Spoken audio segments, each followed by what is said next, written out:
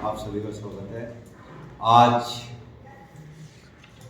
हरवीर नरूला की डिमांड में हम शेयर फॉरफीचर को समझा रहे हैं। शेयर फॉरफीचर के बारे में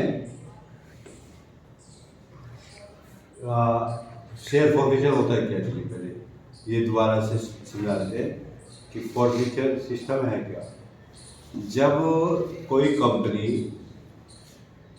शेयर्स के अपनी फेस वैल्यू या प्रीमियम की एक तरह से इंस्टॉलमेंट किस्त जिसे बोलते हैं वो डिमांड करती है, और वो इंस्टॉलमेंट ड्यू डेट पे या ग्रेस पीरियड तक वो जमा नहीं करता शेयर होल्डर।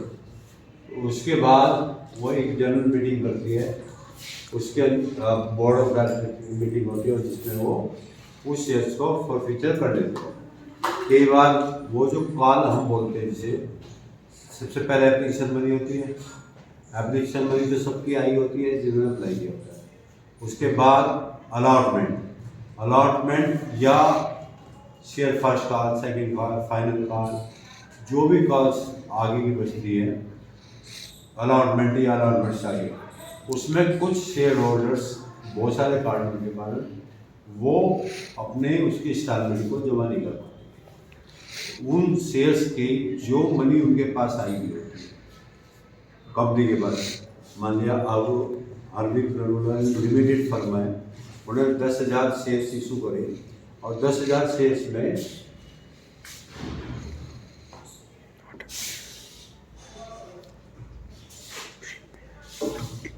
एक Harvir Narula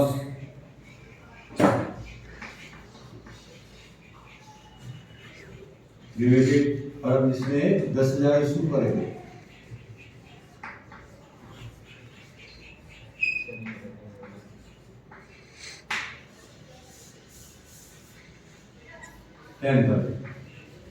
ten thousand shares issue करे at the rate 10 rupees factor पार पे इतने करे, और 2 रुपये कलेक्शन करिए। 2 रुपये जिन्होंने अलॉटमेंट करी, 2 रुपये फर्स्ट कॉल करी,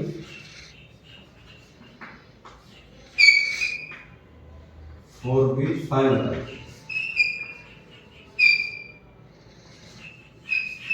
इस तरह इन्होंने डिमांड करी। अब इस डिमांड के अंदर क्या होता है, कुछ शेयर होल्डर्स है, माने मनमोहन एक शेयर होल्डर है जिसके पास 100 शेयर थे, 100 शेयर्स अलॉटमेंट हुई थी मनमोहन के पास। मनमोहन ने अलॉटमेंट मनी तक तो पेमेंट कर दी अपने शेयर्स की, लेकिन उसने फर्स्ट कॉल नहीं दी। कंपनी की बोर्ड ऑफ डायरेक्टर की मीटिंग हुई, उसके अंदर फर्स्ट कॉल के बाद इसके शेयर्स 100 शेयर्स की जो अमाउंट थी वो फॉरवर्ड कर दी।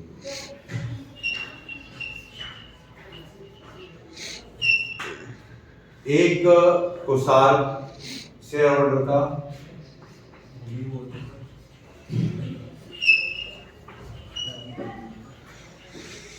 इसके पास 200 शेयर्स इशू करे कंपनी ने, और 200 शेयर्स में इसने फाइनल कॉल की पेमेंट नहीं दी। नोट पेड करी इन्होंने फाइनल कॉल की पेमेंट, इसने फर्स्ट कॉल की नहीं करी थी, तो फर्स्ट कॉल के बाद इसके शेयर्स इशू कर फॉरवर्ड कर दिए। कुशाल जिसने फर्स्ट कॉल तक पेमेंट सारी कर दी और उसके फाइनल कॉल में पेमेंट नहीं करी, उसके बाद उसके शेयर्स फॉरवर्ड कर दिए।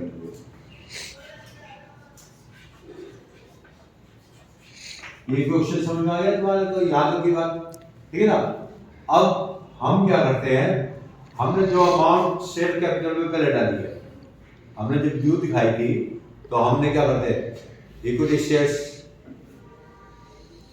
First call account debit to share capital, यही तो करते हैं ना एंट्री।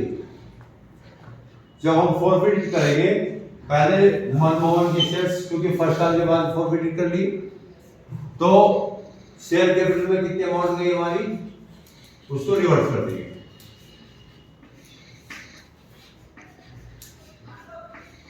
डेबिट टू क्या चीज फॉरफिट, जितने पैसे उन्होंने जमा कर चुके हैं कंपनी में।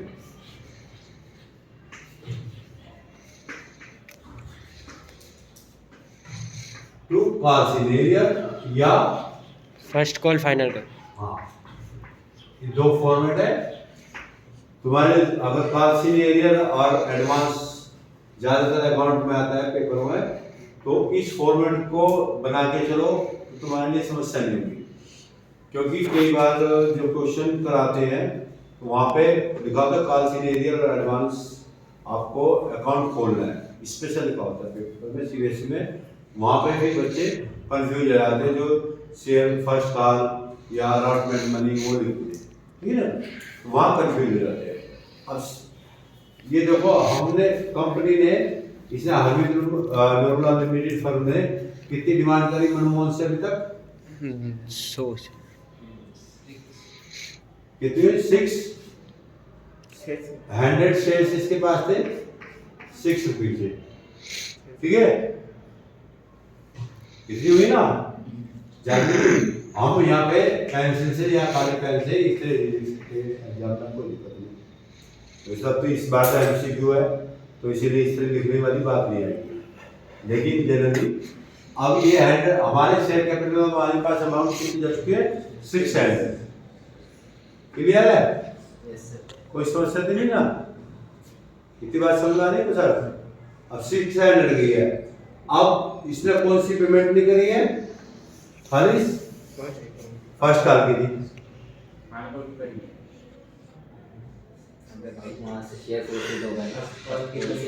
फर्स्ट कॉल की पेमेंट नहीं करी ना, एप्लीकेशन की कर दी, अलॉटमेंट की कर दी। तो अलॉटमेंट एप्लीकेशन की जो इसने पेमेंट करती है 4 रुपीज से 400, ये फॉरफिटेड हो गए। इसने जो इसके पास ड्यूटी ने नहीं करी वो हमारी यहाँ 200। अभी बात समझे? जब हमारे पास फाइनल कॉल हमने करी नहीं, उससे पहले फॉरफिट कर दी, तो फिर यहाँ हमने देखा ना शेयर कैपिटल में हमने कितने ड्यू डाले हैं, उसी को तो रिवर्स करेगा। फाइनल की कर देगा तो फर्स्ट कॉल पे फॉरफिट तो करेंगे। कई बार क्वेश्चन आता है कि फाइनल के बाद फॉरफिट करेगा, जैसे अभी दूसरे जो है यहाँ पे लिख देंगे बीइंग मनमोहन शेयर्स फॉरफिट।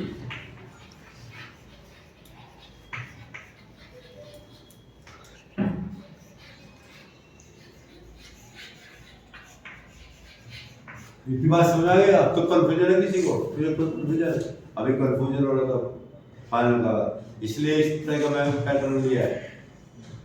अब तो कोई कंफ्यूजन नहीं, क्योंकि कंपनी ने डिमांड यहाँ तक करी है बस। अब आईसीआई बैंक के मेरे पास शेयर है, सन 78 से शेयर है मेरे पास, और उसने आज तक जो फाइनल कॉल नहीं मांगी। 70 उससे जरूरत नहीं है। रिलायंस इंडस्ट्री के शेयर्स हैं, उन्होंने अभी तक जो बहुत सारी पेमेंट छोड़ रखी है। जरूरत है ना, कंपनी को जब जरूरत होगी जब भी तो मांगेगा ना, जो एक्सपेंड करेगा अपने व्यापार को, या जब भी कोई उसको जरूरत पड़ेगी जब भी मांगेगी वो। इधर हमारे इसमें एग्जाम में लिखी हुई है, हमारी किताबों में लिखी हुई है, एक साथ सारी मांगने का जैसे जैसे जरूरत होगी उस हिसाब से मांगेंगे ना। अब जैसे तो कोई व्यापार करेगा तो आज 2 लाख रुपए की तो 2 लाख की तुम्हें पेमेंट लेगा, फिर बाद में 10 के 10 लाख की लेके उसको ओवर कैपिटलाइजेशन करके, जो अभी स्टडी में तुमने पढ़ा अभी, अच्छा इस साल तो मार्केटिंग वाला था नहीं, चलिए मार्केटिंग के से पहले वाला चैप्टर है फाइनेंस का वाला, ठीक है ना, फाइनेंशियल मैनेजमेंट। उसके अंदर है कि ओवर कैपिटलाइजेशन का भी तो नुकसान है, उसको रेट ऑफ रिटर्न कहाँ से देगा? रिटर्न ऑफ इन्वेस्टमेंट तो देनी है ना।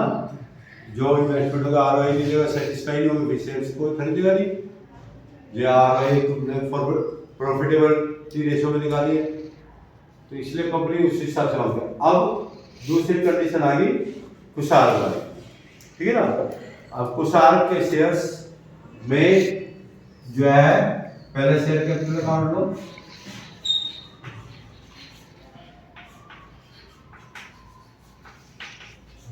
इसमें कितनी पेमेंट ड्यू हो चुकी? 8 नीचे 10 चार। 10 हो गए ना, 6 4 10, 10 के 10 ड्यू हो चुकी है। 200 × 10। 200 इंटू 10, ये सबसे आसान तरीका है, सारी कैलकुलेशन यही होने वाला, ठीक है जी। और दूसरी बात ये है कि 100% मार्क्स लाने वाला, फिर 8 में से 8 ही आते थे। 2000 हो गया, दूसरा हो गया शेयर फॉरफिचर अकाउंट,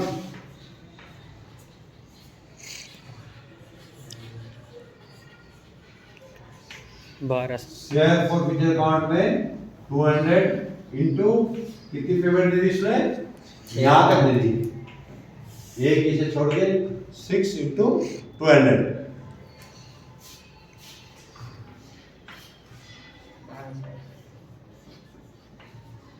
ठीक है ना।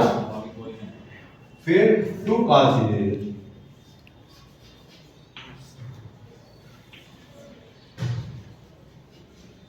$800। कितना बचा? 4, 200 इंटू 4, ये शेयर कुशाल के फॉरफिचर हो गए, ठीक है। दूसरी बात क्लियर, किसी ने कुछ और समझना है? सर पार क्या होता है? पार पार पार मतलब जितने की फेस वैल्यू है उतने पे, उस पर प्रीमियम नहीं लगा। समझ देखो, पहले इसको ये समझ में आ गया फॉरफिचर, आगे समझ शेयर फॉरफिचर। कोई कुछ समझना, कोई क्वेश्चन, मनमोहन अच्छी बात को पूछता है, लक्ष्य मार्क्स कर दे। सर ये 100 जो है ये अप्लाई किया है मनमोहन ने? अप्लाई नहीं, इश्यूड की बात कर रहे हैं, अप्लाई वाली तो बात ही नहीं कर रहे ना। अप्लाई किसने कितने करे कितने नहीं, हम खाली फॉरफिचर की बात कर रहे हैं। कंपनी ने इतने अलाउड किए, उस सेल्स की बात कर रहे थे, खाली उसको फॉरफिचर पोर्शन समझना था ना, तो इसीलिए हमने खाली फॉरफिचर से पोर्शन को दिया ना। अप्लाई वाली या ओवर सब्सक्रिप्शन प्रो राटा की बात कभी नहीं कर रहे ना, भाई ओवर सब्सक्रिप्शन होगा जब जाओ कितना अप्लाई हुआ है, कितना इशू हुआ है, ये इतने अलाउटमेंट, इसको 100 शेयर्स अलाउड हुए और इसको 200 शेयर्स अलाउड हुए, ठीक है। ये अलाउटमेंट की बात है दोनों। और कोई क्वेश्चन किसे पूछ रहा है? अब पार की वाली बात, पार क्या होता है कि कभी भी तुम शेयर मार्केट में, मैंने तुम्हारे को पीछे भी कहा था कि एक आजकल तो डीमेट अकाउंट बोलते हैं, डीमेट अकाउंट तो तुम्हें अपना खोल लेना चाहिए, सेकंड टर्म में फिर एग्जाम में भी है तुम्हारा, डिस्क्रिप्टिव एग्जाम में डीमेट अकाउंट से तुम बहुत कुछ सीख जाओगे। ये वाली किताब हटा दे, मैंने कल भी बना करी, उसको व्यू लाइफ को हटा, ठीक है। तो उसमें क्या था, डीमेट अकाउंट खोलोगे और कब बिजनेस न्यूज चैनल देखोगे, बहुत सारी जानकारी तुम्हारे को वहां से आ जाएगी। वहां तुम देखोगे कंपनी की फेस वैल्यू जो है 10 रुपए शेयर्स की, किसी कंपनी की 1 रुपए होती है शेयर्स की, कोई 2 रुपए रखता है, 10 रखता है, कोई 100 रखता है। जनरली 1 रुपए से 100 रुपए के बीच में फेस वैल्यू होती है, ठीक है ना। ये फेस वैल्यू पे जब वो इशू करता है शेयर या ऑफर करता है, कंपनी कोई भी ऑफर करती है तो इसे एट पार बोलते हैं, ठीक है ना। इस फेस वैल्यू से कम पे जब इशू करती है वो या ऑफर करती है, ठीक है ना, एट डिस्काउंट हो जाता है वो, ये इक्वल टू है तो पार हो गया, और लेस देन है, ठीक है, लेस देन हो गया, नहीं लेस देन वाला है ना सिंबल ही वाला, ठीक है ना। लेस देन तो ये हो जाता है, जैसे मान लिया 10 रुपए का शेयर 9 रुपए पे कर रहे हैं, 1 रुपया क्या हो गया डिस्काउंट का, और ग्रेटर देन है, अगर ये 10 रुपए की फेस वैल्यू वाली आइटम वो 12 15 रुपए में इशू कर रही है 10 + 5, ठीक है ना, तो ये प्रीमियम हो गया, ये प्रीमियम बेस हो गया। 3 तरह से होता है इसमें, ठीक है ना। बात आ रही है, समझ में नहीं आ रही? क्लियर? अब इसके अलावा जो ये पूछ रहा था, अब इसने 10,000 शेयर के लिए ऑफर करा, 10,000 शेयर के लिए ऑफर करा। अब एप्लीकेशन जो हमारे पास आ जाती है 20,000 एप्लीकेशन आती है, जैसे अभी उसका शेयर इशू हो रहे हैं पेटीएम वाले के, कई गुना जो है ओवर सब्सक्राइबर होता है, रिलायंस पावर के होते कई गुना ओवर सब्सक्राइब होता है, तो ओवर सब्सक्रिप्शन होता है। यहाँ पे 10,000 एप्लीकेशन करी और हमारे पास 20,000 आ गई, जिसे बोलते हैं ओवर सब्सक्रिप्शन।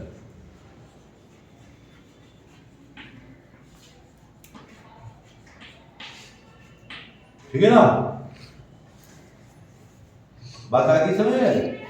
और अगर यहाँ एप्लीकेशन हमारे पास आती है 9,800, 10,000 की 9,800 कम आ रही है, इसको बोलते हैं अंडर सब्सक्रिप्शन।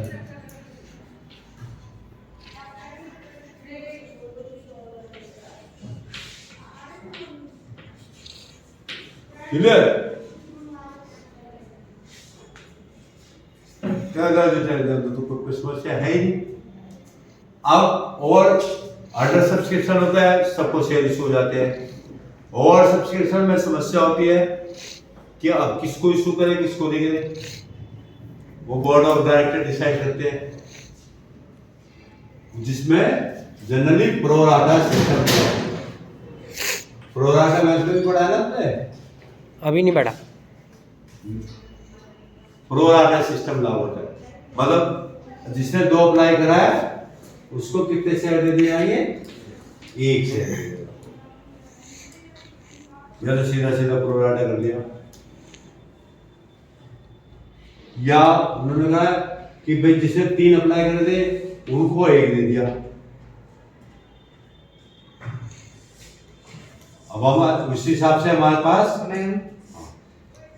कैलकुलेशन करके कुछ को रिफंड कर दिया, बाकी को पेमेंट रिफंड कर दिया।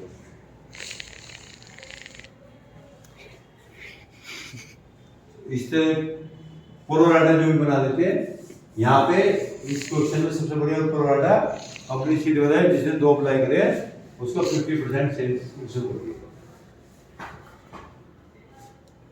तो इसे प्रोराटा बैठ जाते में। और कुछ क्वेश्चन पूछना है, कुछ दिमाग में समस्या? प्रोराटा बता दिया। 20,000 शेयर है, अब हमें देने 10,000 शेयर है, तो कैसे बनाएगा? 10,000 से बाकी तो देगा, 20 को 10 से भाग करेगा, 2 वाले को 1 दे दिया।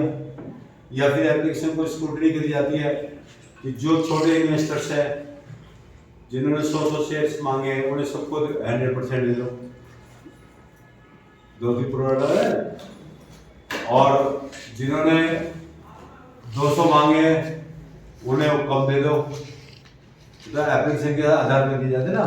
या फिर सीधा सीधा जिन्होंने 200 मांगे उसे 50 दे दो, 200 मांगे 100 दे दो, 50% सीधा होगा। वो तो बोर्ड ऑफ डायरेक्टर अपना डिसाइड करते। तुम्हारे क्वेश्चन में लिखा हुआ कि 3 कैटेगरी है, 1 कैटेगरी है, उसको रिफंड भी किया जाता है। जो रिफंड करते हैं अलॉटमेंट वापस कर देते हैं, अलॉटमेंट के टाइम पे देते हैं, टू बैंक वापस करते हैं। हाँ शेयर है नहीं या तो एडजस्ट करते हैं, रिफंड करते हैं, या तो उसमें लिखा होता है कि आगे एडजस्टमेंट हो जाएगी, आगे की कॉल इन एडवांस लिख के, या अलॉटमेंट पे शेयर के अलॉटमेंट से भी ज़्यादा बहुत सारी पेमेंट आ जाती है। और सब्सक्रिप्शन आजकल तो इतना ज़्यादा हो जाता है कि जो है पेमेंट हमारी फाइनल कॉल तक भी आने के बाद उसकी रिफंड करनी पड़ती है। इतने और सब्सक्रिप्शन हो जाता है। सर मतलब ये अलॉटमेंट के बाद भी हो सकती है कोई? हाँ एडजस्टमेंट ये सर तो क्या है? सर मैं कह रहा हूँ कि ना जैसे कि अलॉटमेंट को जैसी वाली कॉलेज में आगे भेज दी फर्स्ट फाइनल। अभी भी समझ नहीं आती तो बीच में आया तो तेरे को भी पता क्या चल रहा है, तुझे तो कम आ रहा है। देखो जो तू पूछना चाह रहा है वो बात सही है।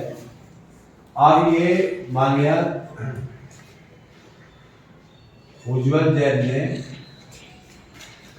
यहाँ पे 1000 शेयर अप्लाई करेंगे, ठीक है ना। अब इसमें प्रोराटा बना के इसको 500 शेयर अलॉट कर दिए।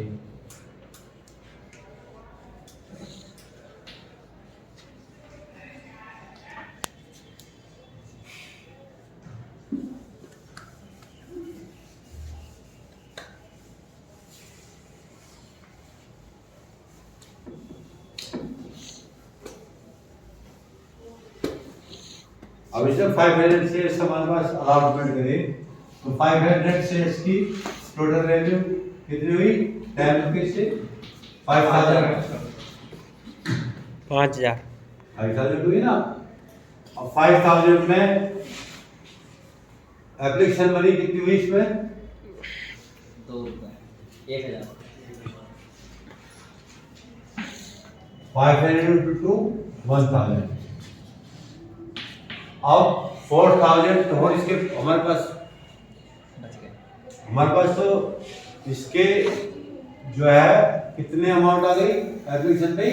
2000 आ गई ना। अब इसकी सारी मनी अगली अलॉटमेंट पे खत्म हो जाएगी। 2000 इसने पे करी, इसके बाद आगे फर्स्ट काल सेकंड काल इसकी डिमांड हो जाएगी, ड्यू हो जाएगी।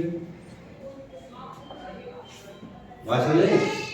और ये था हमारा उज्जवल जैन। अब दूसरा शेयर होल्डर है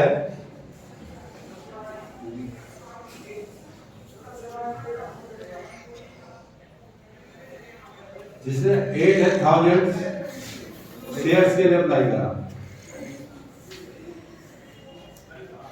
या तो वहां पे कंडीशन लिखी होगी कि हमें सारी पेमेंट अलॉटमेंट के बाद रिफंड कर दी गई है, या आगे रेस्ट बाद में कर दी। 8000 शेयर के लिए मान भौमिक है, भौमिक ने 8000 शेयर के लिए अप्लाई करा और इसको 1 के प्रोराटा में कितने मिल गए?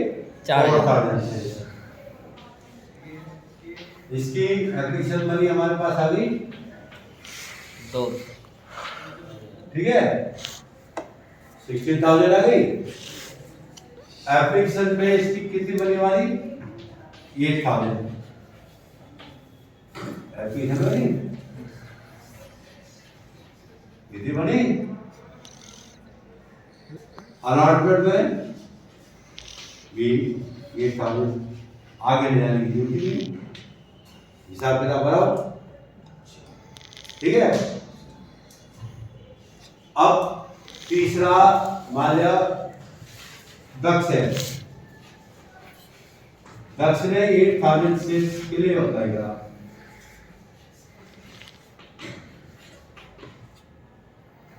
इसकी भी हमारे पास 2000 16,000 एप्लीकेशन बनी है।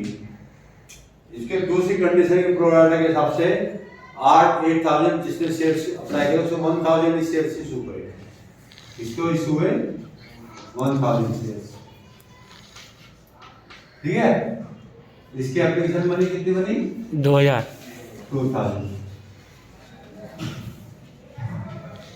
ये एप्लीकेशन पर रजिस्टर हुई, फिर इसके बाद अलॉटमेंट बनी 2000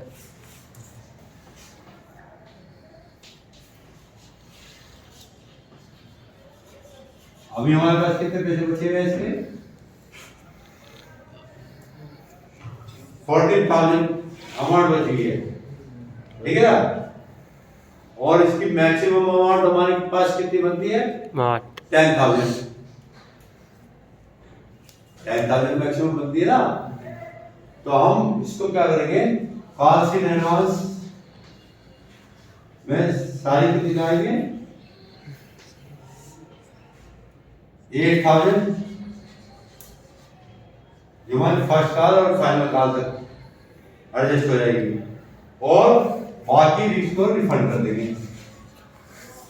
कितने रिफंड करने पड़ेगा, 6,000। बात आ गई, समझ में आ गई। ऐसे शेयर होल्डर अब ओवर सब्सक्रिप्शन होते हैं, मार्क्स करने ओवर सब्सक्रिप्शन होता है, तो ऐसे भी होता है 8, मतलब जिसने 10 गुना करा है, जिसने 10 शेयर मांगी है अप्लाई किए, उसको केवल 1 शेयर दिया जाता है। तो उन कंडीशन में कुछ पेमेंट रिफंड भी होती है, और बाकी कॉल से एडवांस बना के फर्स्ट कॉल सेकंड कॉल जो फर्स्ट कॉल के आदेश होगी वाली 2,000, फाइनल कॉल पे 4,000। ये सारी एडजस्ट हो गई। यहाँ तो बाकी तो उसके वापस देंगे, अपनी जेब में थोड़ा रखेंगे, वो पेमेंट हमें अलॉटमेंट में वापस करनी पड़ेगी, कि हम अलाउड इसको 1,000 सेट्स कर दें। आई बात समझ ना, ये उतार लो, पहले ये उतारा तुमने, ये सब उतारो।